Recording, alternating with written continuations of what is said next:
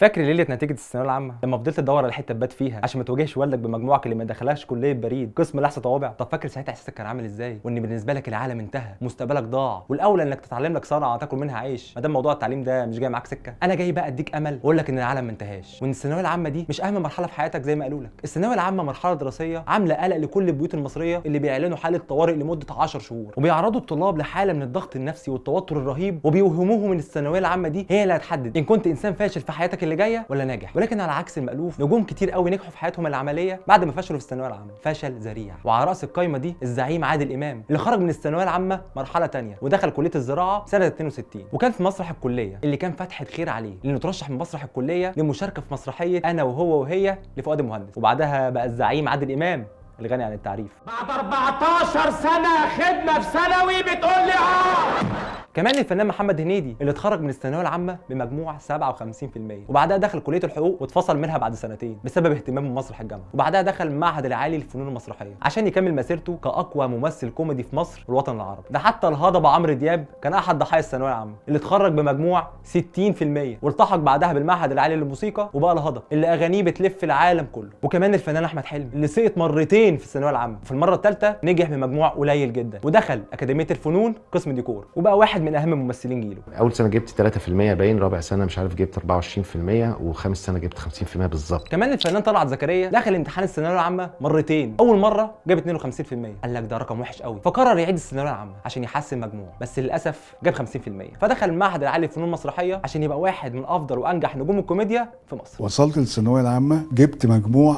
52%، عدت جبت 50. كمان مش المجال الفني بس اللي مليان نجوم فشلوا في الثانويه العامه، لا، عندنا كمان الملك المصري محمد صلاح اللي اتخرج من الثانويه صنايع سنه 2008 بمجموع 57%، ودلوقتي هو من انجح واشهر لعيبه كره القدم في العالم كله. وفي امثله كتير جدا غيروا العالم رغم عدم تفوقهم الدراسي، زي مين؟ زي اينشتاين العقل الاذكى على مر التاريخ، وتوماس اديسون مخترع المصباح الكهربائي اللي المدرسين قالوا لوالدته ان معدل ذكائه اقل من زمايله وطردوه من المدرسه عشان يكمل تعليمه في البيت، ومخترع الفيسبوك مارك زوكربيرج اللي برضه كان طالب غير متفوق بس بقى من اغنى رجال العالم، وغيرهم كتير جدا. وده دافع يخلينا نقول ان الثانويه العامه مش نهايه العالم، وانك تقدر تحقق النجاح في اي مجال بشرط تحبه وتخلص له. فبلاش تضغطوا على عيالكم وعلى نفسكم بحجه ان الثانويه العامه هي اللي هتحدد مصيركم، وسيبوهم يختاروا الطريق اللي يحبوه، عشان الحب هو اول حاجه هيوصلوهم للنجاح، مش امتحان الثانويه العامه خالص.